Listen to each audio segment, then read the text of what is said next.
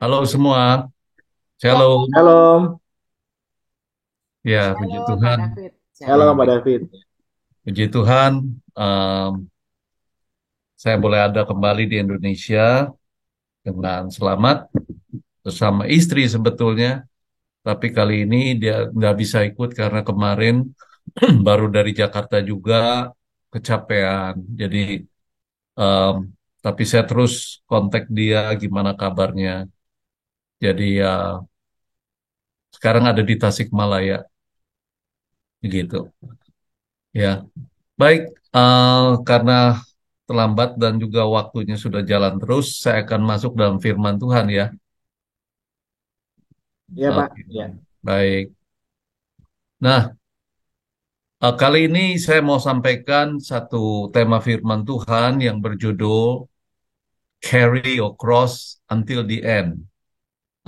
Bawalah salibmu sampai akhir. Ya, bawalah salibmu sampai akhir. Oke, saya mau sampaikan begini dulu. Ini ayat cukup dikenal ya. Kebanyakan tujuannya untuk menyampaikan pesan Tuhan sebagai pengikut Kristus atau Christ followers itu untuk terus berada mengiring Tuhan dengan setia sampai akhir. Apapun yang dihadapi termasuk juga uh, yang banyak orang menerjemahkan bahwa salib itu adalah uh, mungkin dikatakan ada yang bilang beban, ada yang bilang uh, salib itu seperti sesuatu yang kita nggak sudi terima dan sebagainya. Tapi ini kali mungkin ada sesuatu yang berbeda yang saya mau sampaikan ya. Jadi ada seorang pastor menyelesaikan pelajaran seri tentang pernikahan. Pada akhir kebaktian tersebut ia memberikan masing-masing sebuah salib kayu kecil kepada tiap pasangan ya, baik suami istri ya. Ia berkata, tempatkanlah salib ini di ruangan di mana kalian banyak bertengkar ya, dan kalian akan diingatkan akan perintah Tuhan dan pertengkaran pun akan semakin berkurang. Itu yang diharapkan oleh seorang pastor. Lalu kemudian pastor itu heran sambil bertanya kembali, mengapa ibu perlu sebanyak itu katanya. Karena ada seorang ibu itu peserta daripada seperti sekarang ini, dia bawa banyak, dia ambil banyak salib. Ibu itu berkata, saya perlu di 4 ruangan dan satu di dalam mobil, katanya begitu. Ya, jadi ada 4 ruangan dan satu di dalam mobil. Rupanya 4 ruangan itu ya isi rumahnya itu ya, ruangan satu-satu. Tapi juga dia merasa menyadari banyak sekali perselisihan, pertengkaran itu terjadi di dalam mobil juga, begitu.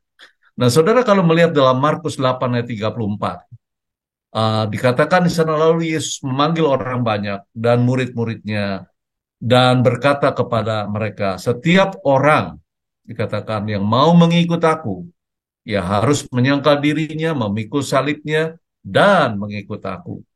Dalam ayat-ayat sebelumnya, kalau kita mau mengerti firman Tuhan, itu harus baca konteksnya ya, sebelum dan sesudah. Dalam ayat-ayat sebelumnya, kita ketahui Yesus telah memberitahukan tentang penderitaan dan kematiannya kepada murid-muridnya. Tetapi ada satu murid yang bernama Petrus itu mencela ya, dan kemudian Yesus pun langsung menegur Petrus dengan keras. Kemudian Yesus menyampaikan suatu prinsip dan proses pemuridan yang begitu jelas, begitu dalam dan begitu tajam. Ya, apa yang dikatakan yang tadi saya sudah ungkapkan, banyak orang waktu itu pun bertanya-tanya, apakah Yesus sedang mencari orang untuk menjadi murid-muridnya seperti penginjilan, atau ia hanya memberitahukan apa artinya hidup sebagai muridnya? Atau dengan lain perkataan, apakah seorang dapat menjadi seorang Kristen tanpa harus menjadi seorang murid? Apakah pemuridan itu semacam ada tahap-tahapan, tahap kedua dari kekristenan? Bukankah saya orang Kristen? Tapi kenapa Tuhan Yesus sampai menyatakan pernyataan yang begitu tajam? Apakah ada banyak orang Kristen, tapi hanya sedikit yang menjadi murid-muridnya? Nah, ini pertanyaan-pertanyaan yang timbul dari kebanyakan orang sebagai orang percaya. Dan saya berdoa berharap kiranya Roh Kudus saat ini menerangi kita, membuka mata rohani kita untuk memahami hanya satu ayat ini saja, Markus 8:34. Ya, seulangi lagi, Yesus memanggil orang banyak dan murid-muridnya dan berkata, setiap orang yang mau mengikut aku, ia harus menyangkal dirinya, memikul salibnya, dan mengikut aku. Ya, mengikut aku. Jadi kalau kita perhatikan, lalu Yesus memanggil orang banyak dan murid-murid. Rupanya ada keterpisahan. Baik orang-orang yang belum percaya maupun yang sudah percaya, begitu. Ya, siapapun yang mau mengiring Yesus, yang mau percaya Yesus, siapa mau hidup di dalam Kristus, dia harus tahu syaratnya ini.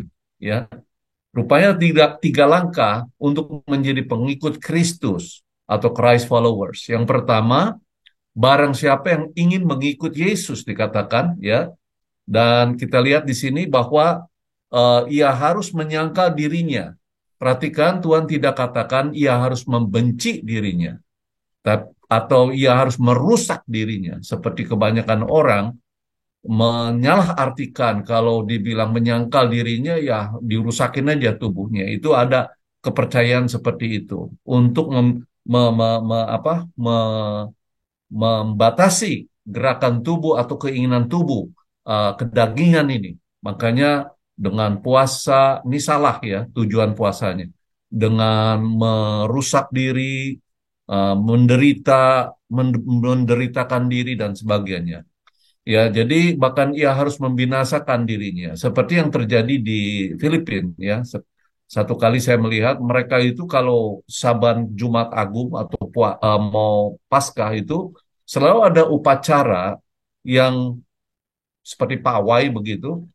Ini orang-orang ada yang pakai minggul salib, ya, ada yang pakai pecutan, tetapi dia yang mecut tuh bukannya orang lain saja, tetapi dirinya sendiri dengan ujungnya itu dikasih satu apa bahan keras atau seperti timah begitu di- dilemparkan ke tubuhnya di bagian belakang sehingga tubuhnya waktu kena timah itu pecah, ya, dan keluar darah segar. Nah, itu ada banyak kejadian seperti itu. Ada banyak orang yang tidak memahami betul apa yang dikatakan firman Tuhan, ya. Jadi ini yang diungkapkan oleh filsuf Yunani yang namanya Plato. Dikatakan dia bilang bahwa tubuh ini penjara jiwa, penjara jiwa. Nah, ini udah keblinger jauh ya. Jadi Plato sampai mentransliterasikan atau menerjemahkan tubuh jiwa roh itu seperti seolah-olah itu terpisah dan jiwa yang ada di dalam tubuh itu seperti dipenjarakan, seperti tahanan begitu. Dianggap dia itu tubuh itu jahat, ya.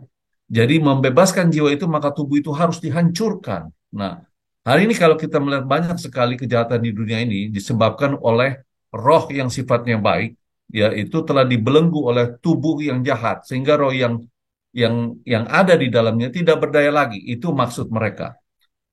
Saudara, dunia barat menyebutnya dengan teori soma sema. Ya, soma sema. Soma itu berasal dari Yunani kuno, berarti tubuh, daging, sedangkan sema itu berarti belenggu atau penjara. Nah, teori ini mengajarkan bahwa tubuh adalah penjara jiwa, maka untuk melepaskan ikatan jahat itu dilakukan berbagai cara. Salah satunya adalah dengan cara asketis atau orang yang menjauh dari keramaian dunia, pergi ke suatu tempat sepi, menyendiri, orang itu meredupkan hidup mereka dan tidak memakai sesuatu yang bernilai, karena orang menganggap barang bernilai hanya memberikan kenikmatan tubuhnya. Orang demikian biasanya memakai pakaian yang sangat sederhana, makan makanan yang sangat sederhana, tidak mau juga menikah. Masih banyak lagi hal-hal lain yang dianggap memanjakan tubuh itu tidak benar.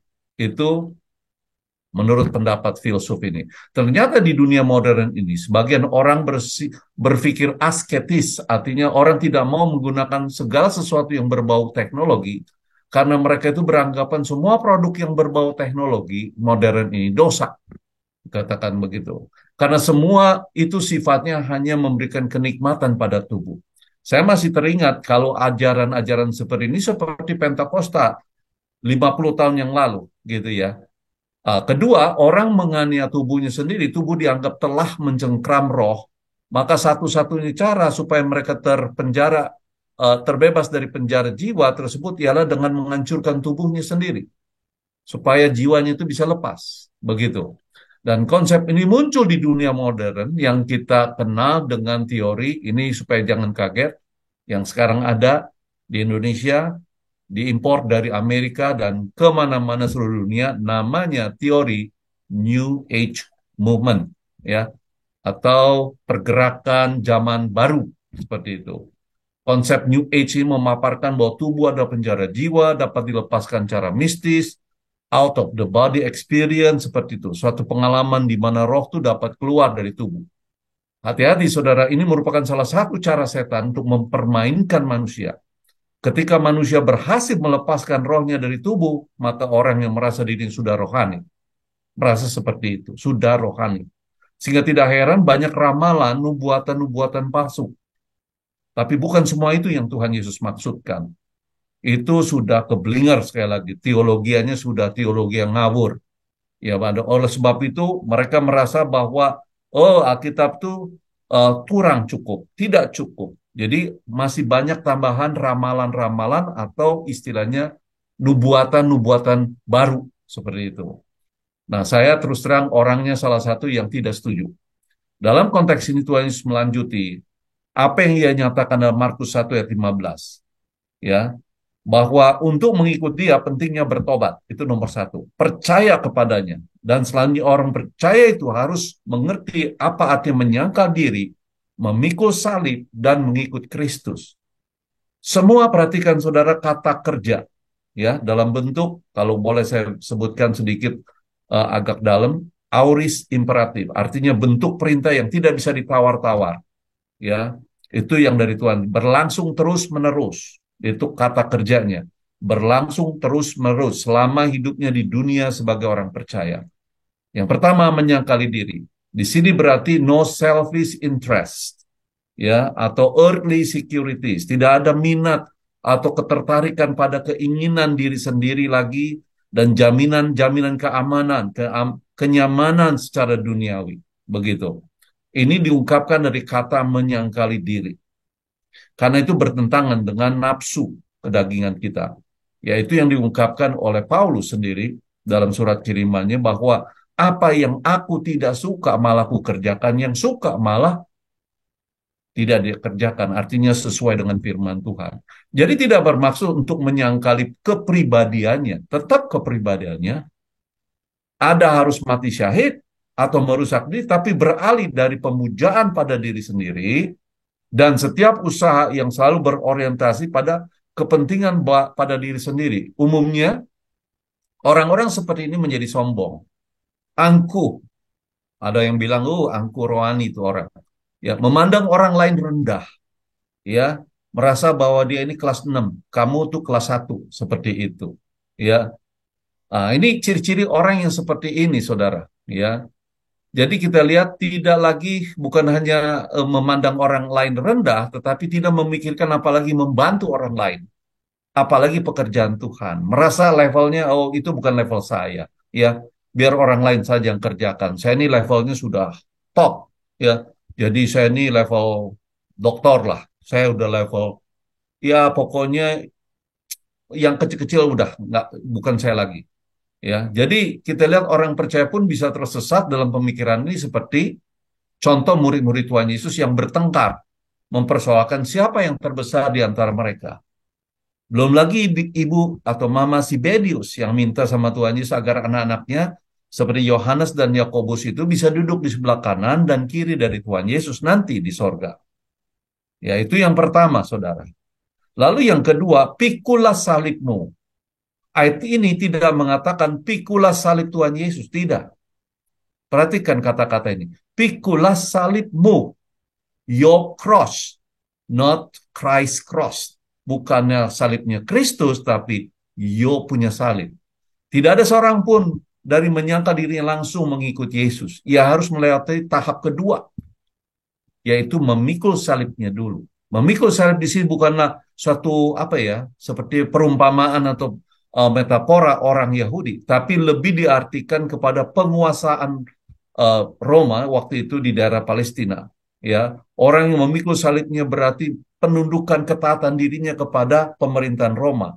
dengan membawa salibnya ke tempat eksekusi seperti yang Yesus lakukan. Yesus Kristus memikul salibnya bukan karena tunduk kepada Roma pemerintahnya, tapi tunduk dan taat pada kehendak Bapa.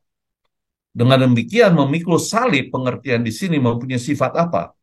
Sukarela. Tahukah saudara berapa berat salib itu? Menurut para ahli sejarah, salib itu berkisar 200 sampai 300 pound. Ya, nggak tahu di Indonesia berapa kilo ya. Kurang lebih seperti itu, tergantung dari berat badan orang. Jadi kalau orang mau disalibkan, dilihat berat badannya berapa, lalu kemudian salib yang bakal dipanggulnya itu disesuaikan dengan berat badan. Kasus dari Tuhan Yesus bukan hanya memikul salib, tapi ia sudah didera, dibantai habis-habisan, terlebih dahulu dengan darah dan air yang terus-menerus bercucuran. Karena itu di tengah jalan dia tidak mampu lagi, serdadu Roma memaksa seorang namanya Simon Kirene. Siapa Simon Kirene? Orang kaget kalau membongkar nama Simon Kirene ternyata bukan orang putih, bukan kulit kuning, tapi kulit hitam. Untuk meneruskan memikul salib itu. Kita tidak tahu bagaimana perasaan dari Simon Kirene. Saat itu mungkin terpaksa, mungkin juga rela membantu Yesus, tapi kita melihat Tuhan Yesus memanggil kita untuk memikul salib kita masing-masing. Bukan sekali lagi salib Yesus. Dia punya tanggung jawab sendiri. Meskipun ini dalam perintah, namun dari pihak kita perlu memahami sebelumnya dan mau memikul salib kita masing-masing secara, nah ini garis bawahi, suka rela. Jadi jangan disalahartikan. Kalau dokter bilang sama saudara, I'm sorry, but you have diabetes and you have to deal with it for the rest of your life. Lalu saudara bilang, wah, salib bagiku yang kupikul seumur hidupku. Jadi diabetes itu dianggap salib. Itu salah besar. Itu pengertian yang salah. Atau sesudah menikah, saudara mengalami bagaimana sikap istri yang berubah atau karakter suami yang begitu berubah, yang tadinya alim, kalem, jadi bawel, rewel, marah-marah suka, tersinggung gampang, atau mertua saudara yang suka mendikte ya soal bikin makanan lah, soal rasa, ikut campur rumah tangga saudara. Langsung saudara bilang dalam doa, wah sudahlah, ini sudah menjadi salib bagiku yang kupikul seumur hidupku. Saudara, ini bukan salibmu karena engkau tidak menerimanya sukarela, tapi kepaksa atau terpaksa. Jadi jangan sekali-kali bilang itu salibmu. Sekali lagi, pikul salibmu berarti kita menyerahkan diri kita untuk tunduk dan taat kepada kehendak Tuhan Yesus yang kita bisa pelajari dari firman Tuhan ini. Bersaksi tentang Kristus memenangkan jiwa baru bagi dia serta membawanya ke gereja, ya, itu tantangan. Kadang-kadang juga harus seperti yang saya alami, kadang-kadang kita ditangkap, kita diadili, dan sebagainya. Itu merupakan tantangan untuk kita boleh pikul salib. Hidup selalu dalam pengudusan Tuhan, itu adalah pikul salib. Dan bukan hanya bersifat sukarela ya, tapi kita lihat di sini saudara bahwa salib itu menunjukkan kita ini penuh kasih. Karena lambang salib itu lambang daripada kasih Kristus. Yesus dihina, didera, ditinju, ditusuk, diludahi, dimahkotai dengan mahkota duri, sampai disalib, ditusuk lagi. Karena ia lakukan semua itu dengan penuh kasih kepada saudara dan saya, manusia yang berdosa. Berarti pula Tuhan Yesus inginkan kita sanggup seperti dia mengasihi kepada mereka yang patut dikasihi. Dan juga mereka yang tidak patut dikasihi. Atau yang membenci atau musuh kita. Pada mereka lah ya, yang layak untuk menerima kasih Kristus. Meskipun mungkin bertentangan dengan hati kita. Sekali lagi, saya ingin mengajak saudara membaca bersama saya dari 1 Korintus 13 ayat 4 sampai 7. Ganti kata kasih itu dengan memikul salib. Saudara akan berasa di situ. Dengan demikian dari ayat 4 sampai 7, memikul salib di sini berarti membawa kasih Allah hingga di penjuru dunia. Jadi yang pertama sukarela, yang kedua bersifat kasih, ketiga bersifat sulit. Saudara percaya atau tidak, setiap kali ada khotbah bicara soal salib itu ada banyak orang mengeluh. Ada yang setengah dengar, ada yang coba mengalihkan perhatian kepada objek lain. Ada yang coba-coba tutup mata dan tertidur. Ada yang sering-sering ke restroom atau ke toilet sambil berkata dalam hatinya, it's impossible. Nggak mungkin itu. Itu hanya untuk Yesus. Nggak mungkin saya lakukan itu. It's very hard. I cannot do that. Ya mungkin ngomong gitu. Ingat saudara, setiap kali Tuhan Yesus berbicara tentang penderitaan dan kematian, tidak ada yang setuju. Semua murid, sekali lagi, tidak satu pun, semua murid berkeberatan. Kami ingin engkau hidup bersama kami. Artinya, biar engkau saja yang memikul salib itu. Ya, jangan kami dibebani. Kami tidak ingin kau mati. Ya, jadi Tuhan Yesus dijadikan gacoan gitu istilahnya. Waktu Tuhan Yesus disalibkan di Golgota, banyak murid-murid yang ketakutan. Ingat saudara, bahkan bersembunyi. Paulus pernah menulis tentang salib dalam 1 Korintus 1 ayat 22-24. Orang-orang Yahudi mengendaki tanda. Orang-orang Yunani mengendaki hikmat. Tapi kami, orang Yahudi ini memberitakan Yesus yang disalibkan. Untuk orang Yahudi, itu satu batu sandungan. Dan untuk orang bukan Yahudi, satu kebodohan. Tapi mereka yang dipanggil, baik orang Yahudi maupun orang bukan Yahudi, Kristus adalah kekuatan Allah dan hikmat Allah. Itu yang dikatakan. Dan yang terakhir ketiga adalah ikut laku. Terlalu sering kita menerima hadirat Tuhan dengan begitu saja, biasa-biasa saja. Atau kalau dalam bahasa Inggrisnya itu take it for granted. Ya, kalau dalam ibadah, ya kita menyembah Tuhan, itu ritual, itu biasa. Dan menganggap hadirat Tuhan itu, biasa saja, tiap minggu seperti itu. Apalagi Tuhan pernah berkata ya, aku tidak akan meninggalkanmu. Jadi dianggapnya ya udahlah, kita mau bagaimana, kita mau lakukan apa, ya mungkin juga bertentangan firman Tuhan. Om dia udah janji kok dia tidak akan meninggalkanku. Tapi ingat saudara bahwa Tuhan juga mengucapkan dalam Yohanes 15 ayat 16, bukan kamu yang memilih aku, ingat loh. Tapi akulah yang memilih kamu dan aku telah menetapkan kamu supaya kamu pergi dan menghasilkan buah dan buahmu itu tetap supaya apa yang kau minta kepada Bapa dalam namaku diberikannya kepadamu. Dengan perkataan lain, it's not God's job to follow you. It is your job to follow Him. Ya, bukannya Tuhan yang harus ikut kita. Ya, seolah-olah Tuhan itu pembantu. Bukan. It's your job. Kita punya tugas untuk mengiring atau mengikuti Dia. When you do, kalau supaya kita lakukan itu, ada 3 C besar terjadi dalam hidup kita. Yang pertama apa? Ya, saya pakai bahasa Inggris saja. It will cost you. Ya, akan ada harga yang harus dibayar. It will change you. Itu akan merubah eh, kepribadian saudara. It will challenge you. Bahkan menjadi tantangan buat saudara dalam hidup ini. Ada banyak gereja yang juga mengadakan hiking ya. Saya kadang-kadang heran untuk mereka mengadakan hal seperti ini. Namun setelah mempelajari firman Tuhan, hal itu menarik sekali mengajarkan kita. Terkadang kita berjalan di jalan yang sempit, berbatu-batu, turun, naik, berlobang, bahkan bisa juga berada di lembah dan bukit sebagai satu gambaran kehidupan yang kita sudah atau sedang jalani sebagai orang percaya mengikut Tuhan. Saudara, ini suatu proses, suatu perjalanan yang tidak mudah sebagai murid Kristus. Nah, saudara, sebetulnya saya mau sebutkan ada kisah mengenai orang buta menuntun orang buta, ya.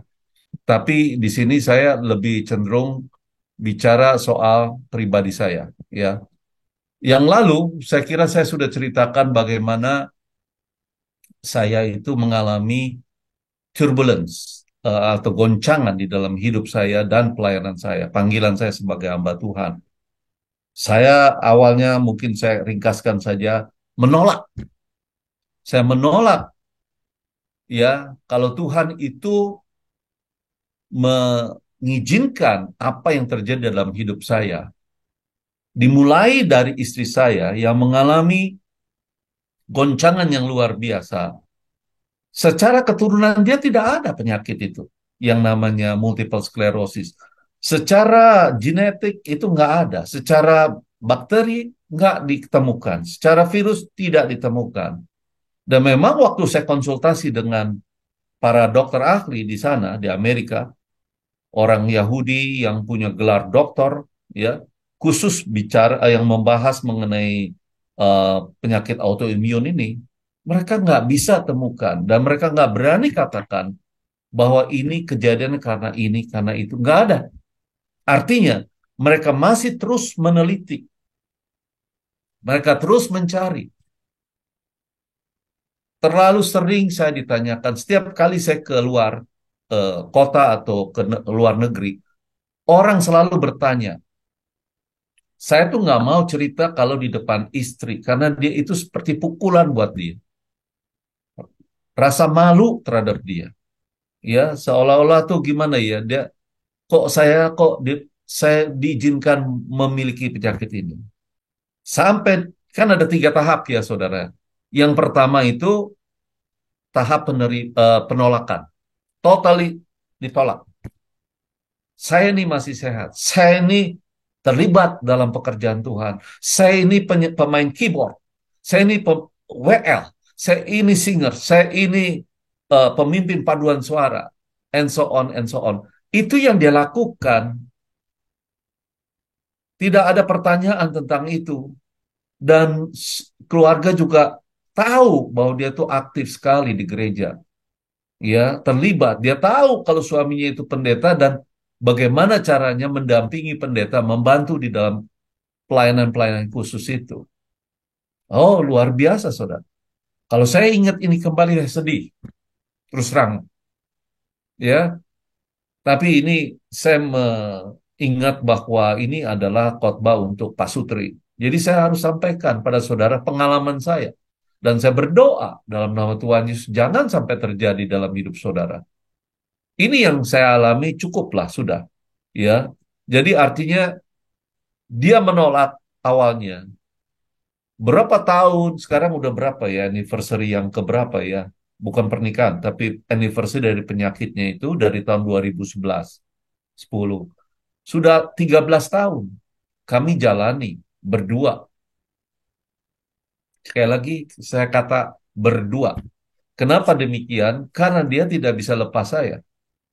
Ya, saya harus merawat dia, saya harus dampingi dia secara secara physically ya, secara fisik, secara perasaan, secara mental, secara spiritual. Bahkan kadang-kadang saya ini berganti kepribadian yang tadinya mungkin apa namanya saya merasa bahwa kok saya ini kayak bukan pendeta lagi ya. Saya ini harus sampaikan mengenai kehidupan saya sebagai suami yang ya kau bilang penghibur buat dia, penguat buat dia. Kadang-kadang saya bikin penghiburan buat dia, sesuatu cerita yang lucu buat dia, supaya dia itu rilis, supaya dia itu lepas dari tekanan hidup. Saudara, di dalam mengiring Tuhan, di dalam melayani Tuhan, saya mengalami ini. Dan saya katakan, awalnya saya bilang bahwa ini kayak, aduh, gimana ya? Saya harus melayani dengan kepaksa. Kalau memang itu kejadiannya, maka saya nggak bisa menerima ini dalam bentuk salib. Kenapa? Karena saya nggak bisa nerima ini. Nangkap saudara dengan kisah pelajaran pemahaman Alkitab tadi. Tetapi setahun, 2 tahun kemudian setelah kejadian saya mau menerima itu. Panggilan itu. Jadi bukan hanya panggilan untuk melayani jemaat Tuhan. Tapi panggilan pertama itu melayani istriku. Dengan segala keberadaannya. Jadi apa yang harus kulakukan? Apapun yang harus lakukan, kulakukan. Kadang-kadang terus terang secara jujur saya nggak bisa terima, bukan nggak bisa terima itu sebagai sebagai tantangan. Tapi kadang-kadang yang aku keluar ke kamar mandi kah atau ngelihat di luar sana dan aku menangis, aku sedih. Secara pribadi nggak, oh Tuhan, mampukah aku untuk melakukan ini semua?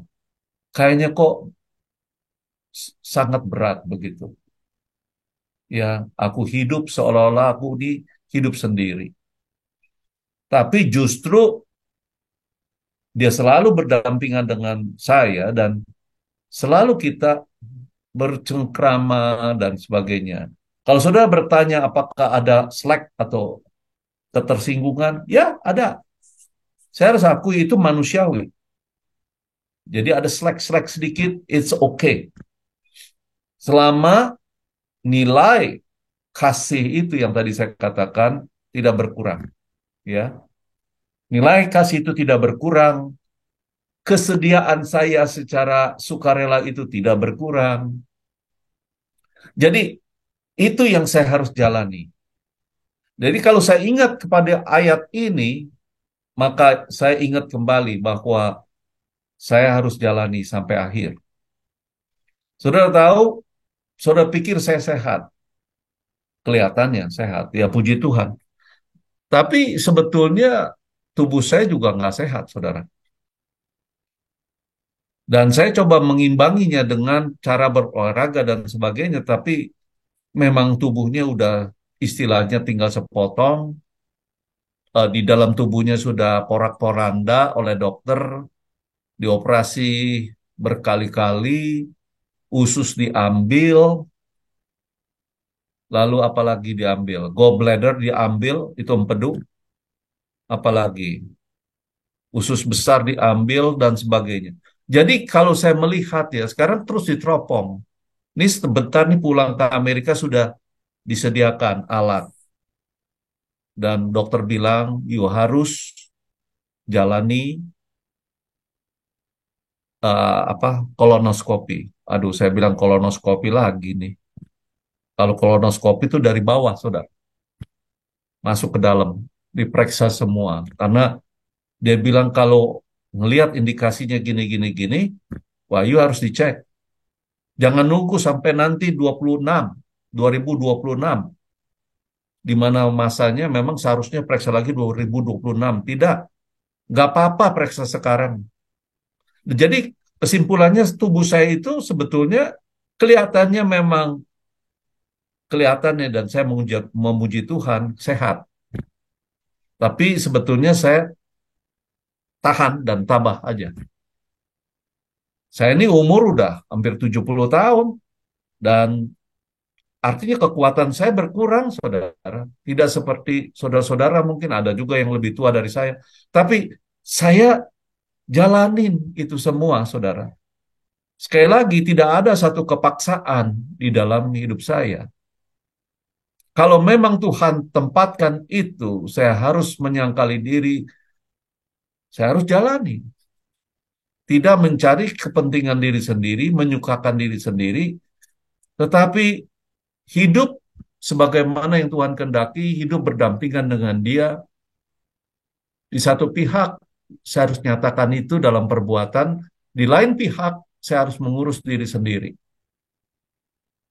Pertanyaan berikutnya, apakah Bapak mampu?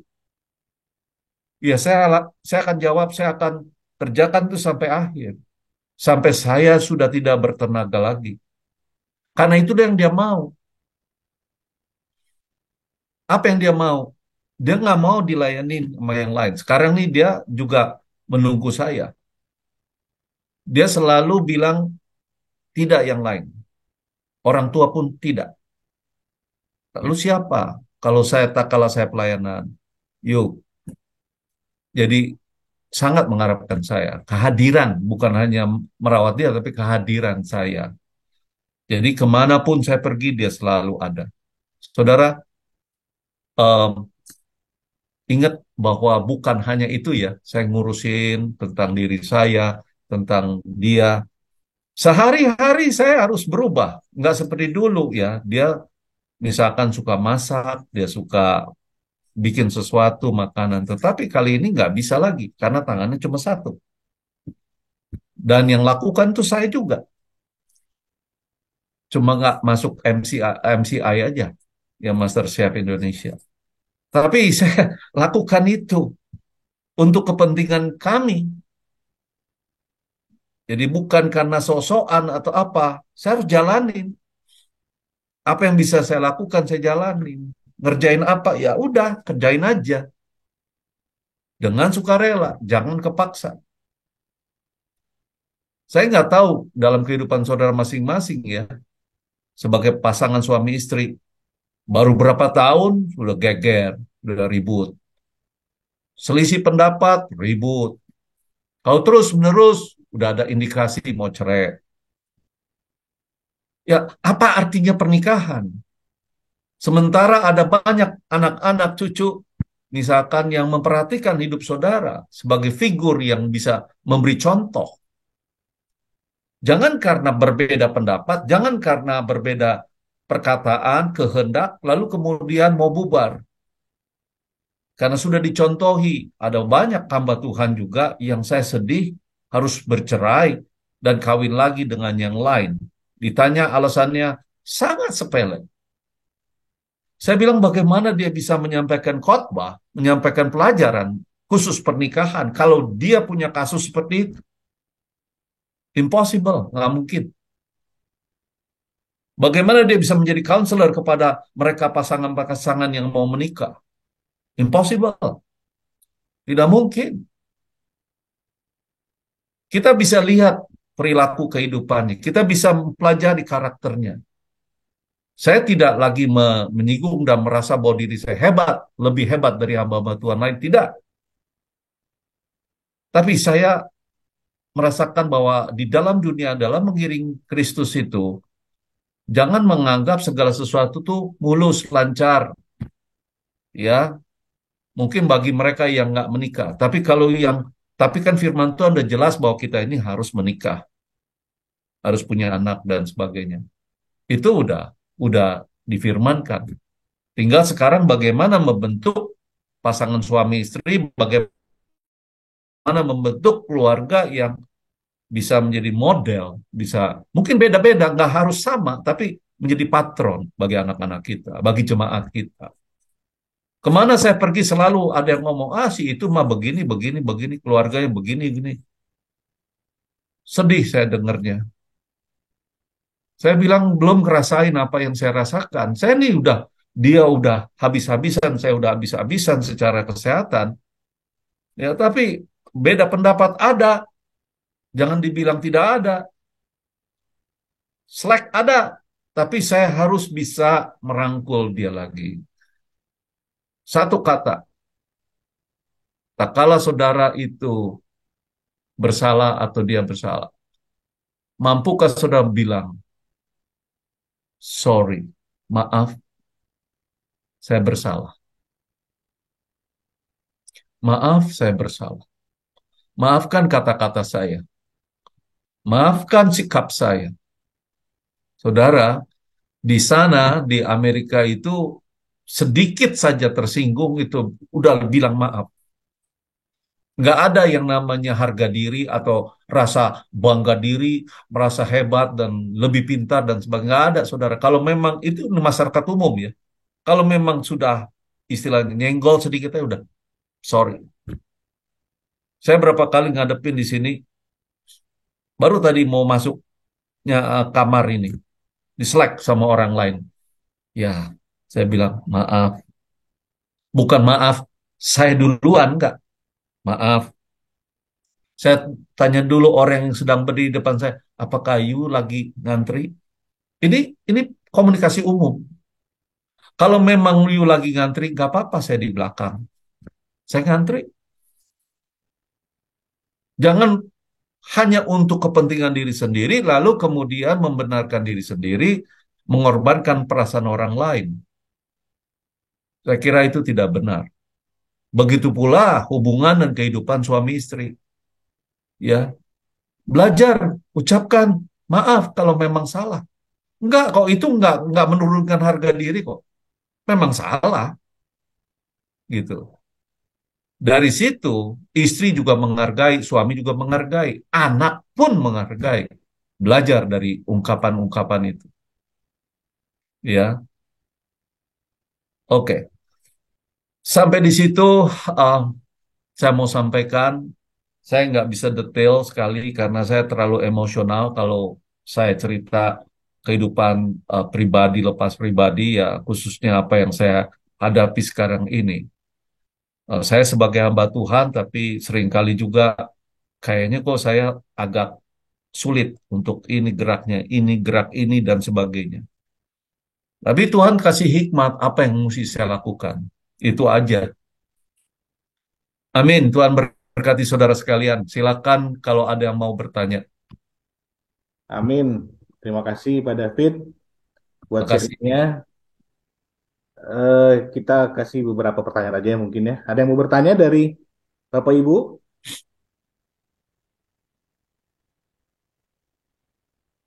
Kayaknya nggak ada Nggak masalah ada. di hubungan suami istrinya.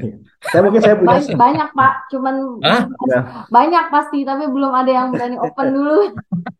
mungkin saya punya satu pertanyaan ya Pak David ya. Jadi Oke. eh, kan saya tahu banyak masalah-masalah dalam dalam pernikahan atau dalam hidup saat-saat ini ya Pak David ya. Ya, Tadi kan Pak David bilang mengenai tiga tiga fase ya, penolakan, denial, kemudian menerima gitu. Nah, ya. dari Pak David itu ada semacam sharing nggak bagaimana kita untuk bisa, kalau bisa lebih cepat gitu masuk dalam melewati Penerimaan. fase itu sampai ke fase penerima gitu, apa semacam menerima gitu Pak? Boleh saya jujur. Ya, Ya, saya katakan masing-masing berbeda kasusnya. Ada yang cepat setahun, 2 tahun, ada yang 5 tahun, ada yang 10 tahun. em, Masa penolakan itu dan siapa sih yang mau menerima keberadaan yang tidak menguntungkan istilah dunia? Nggak ada. Penolakan terus. Apalagi hidup di tengah-tengah orang yang suka memperhatikan. Maaf ya, saya di sana, orang tuh sudah biasa kalau orang disable atau istilah di Indonesia difabel. Tapi di sini, apalagi ke kampung halaman, apalagi ngelihat kursi roda, itu dilihatin, saudara. Padahal di sana tuh nggak boleh ngeliatin orang, apalagi nunjuk. Di sini, dia sudah bergumul, sudah menerima keberadaannya, tapi timbul lagi penolakan. Itu pergumulan, transisi back to back. Jadi nggak bisa langsung, ah, dah saya terima apa adanya. Nggak bisa, saudara. Kadang-kadang dia sembunyikan. Orang lain nggak tahu, tapi dia tahu kalau dia berjalan agak sedikit ganjil dan tangannya nggak bisa lepas seperti itu dan dia coba menutupinya, dia tutup dengan pakaian dan sebagainya. Saya nggak mau kasih komentar apapun karena dia sedang menjaga kepribadiannya. Untuk penerimaan, itu penerimaan dia, bagaimana dengan penerimaan orang lain? Mungkin masing-masing punya penilaian, ya. Jadi saya ini terus terang turunan Pentakosta, oke? Artinya sejak awal saya gereja Betel Injil Sepenuh, lalu kemudian berubah menjadi gereja Betel Indonesia dan terus sampai sekarang. Umumnya Pentakosta itu dengan segala keturunannya itu selalu menjudge, menghakimi. Kamu kena sakit karena kamu berdosa, kena kutuk, makanya berubah, makanya bertobat. Tapi saya sekarang sudah sadar sesadar-sadarnya. Orang yang mengatakan demikian itu tidak mengerti firman Tuhan. Terus terang ya, siapapun boleh deh berdebat sama saya soal yang satu ini. Jangan pernah menghakimi orang. Apalagi yang kena baru-baru ini kena pandemi. Delta. Baru tadi supir apa Grab itu cerita banyak. Anak yang nggak jadi menikah oleh karena keluarganya, satu keluarga itu kena COVID, Delta, mati semua. Dan dia yang ngelayanin, dia yang melayani sampai dikubur seperti binatang. Apa dia merasa jijik? Apa dia merasa gimana begitu? Enggak, saudara. Ini orang luar, orang yang kepercayaan lain. Kita jangan suka menghakimi saudara kita. Kalau dalam keadaan rugi atau dalam keadaan musibah, jangan gampang-gampang nih mulut bicara soal dosa. Nah, saudara sendiri apa? Gitu loh. Sebagai hamba Tuhan, saya tegas saya katakan, you harus belajar banyak dari firman Tuhan. Kalau engkau selalu mengevaluasi orang, menghakimi orang, stop, stop judging. Saya paling nggak suka itu. Saya tahu dulu juga diajarin seperti itu oleh hamba-hamba Tuhan senior. Tapi no more. Sekarang saya balikin bertanya. Sekarang tuh hamba-hamba Tuhan senior sedang sakit. Bolehkah saya bilang, tuh akibat dari yang dulu ngomong apa? Begitu kan? Enggak. Level saya bukan lagi seperti itu. Saya harus sadari. Kalau saya sampai balas-membalas seperti itu, nggak beda dengan orang dunia. Jadi sekali lagi kita harus punya hati itu penuh kasih, punya hati itu penuh pertimbangan, ya. Karena gini ya, saudara, orang berkali-kali bertanya sama saya, Pak, itu mah yang satu itu meninggal enak, tidur aja langsung berangkat dan sebagainya. Saya bilang, saya bukan dokter, saya bukan yang mengerti kesehatan, tetapi saya pelajari baik-baik. Setiap orang, ini sudah hukumnya dari Alkitab. Setiap orang yang meninggal di harus melalui yang namanya penyakit. Mau dia enak, enggak ada sakit, dia udah periksa. Tetap salah satunya yang paling tegas adalah the silent killer, heart attack. Biar saudara-saudara tahu, heart attack nggak ada yang bisa itu tahu kapan itu terjadi. Jadi sekali lagi saudara berdoalah supaya saudara tetap sehat, ya. Bukan hanya tubuh, tapi juga rohani harus tetap sehat. Jadi contoh, dewasa rohani, semakin tua, semakin rohani, semakin rendah hati. Itu aja. Ya, jadi tadi pertanyaan cukup panjang lebar saya jawab. Jadi tergantung kasus per kasus, ya. Jadi ada yang langsung bisa menerima, tapi kebanyakan sulit untuk menerimanya. Karena dari normal ke tidak normal gitu. Ada Ya, lagi?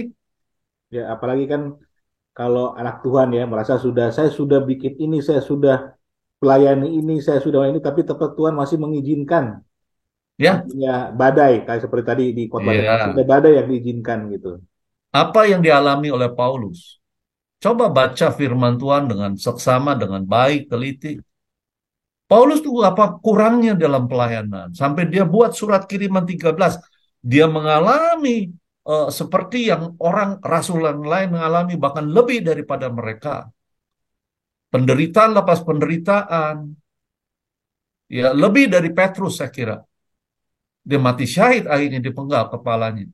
Sekarang saya bertanya balik. Kok harus ngalamin seperti itu? Katanya murid Tuhan. Katanya Tuhan senantiasa menyertai sampai akhir zaman. Kok sampai begitu? Ada penyakit yang dia alami, tapi dia berdoa berkali-kali. Dia berdoa buat orang lain sembuh. Tapi buat dirinya, jawaban Tuhan, cukup sudah kasih karuniaku padamu. That's it. Jadi jangan punya aksioma dalam hidup bahwa Tuhan pasti menyembuhkan. Bukan berarti saya nggak percaya Tuhan bisa menyembuhkan ya. Saya percaya penuh Tuhan sanggup menyembuhkan. Percaya penuh. Tapi jangan langgar kedaulatan Tuhan, rencana Tuhan. Itu rencana Tuhan. Nggak bisa. Seperti saya ngadepin ini sampai akhir. Ya sudah. Mau apa lagi? Mau dikorek apa lagi? Sudah. Jalanin hidup ini sampai akhir. That's it. Dan Paulus juga bersyukur untuk hal itu. Makanya surat kirimannya itu luar biasa dalamnya. Bersyukurlah senantiasa dalam segala keadaan. Bukan? Dalam segala keadaan itu apa? Waktu senang, waktu sedih, tertekan, kan nggak disebutin. Tapi dalam segala keadaan itu jelas. meliputi segalanya. Dan dia belajar dan dia mensyukuri. Gini aja dah saudara, robah pandangan kita ini. Kacamata ini yang tadinya kita harus memandang bahwa kita hidup di dunia, kita mau menikmati di dunia dan sebagainya. Sekarang ganti kacamatanya dari sudut kekekalan. Bahwa saudara tuh sudah ada dalam tangan Tuhan, sudah ada dalam kekekalan. Sekarang memandang selagi saudara ada di dunia, mampukah saudara berkata, syukur, terima kasih Tuhan, apapun yang terjadi dalam hidup ini. Mau penyakit kah, mau bangkrut kah, kerugian, apapun. Sanggupkah engkau mengatakan, terima kasih Tuhan. Karena Tuhanlah membawa saya boleh mengerti lebih jauh. Masuk ke level berikutnya. Begitu. Ya, Ya. ada lagi?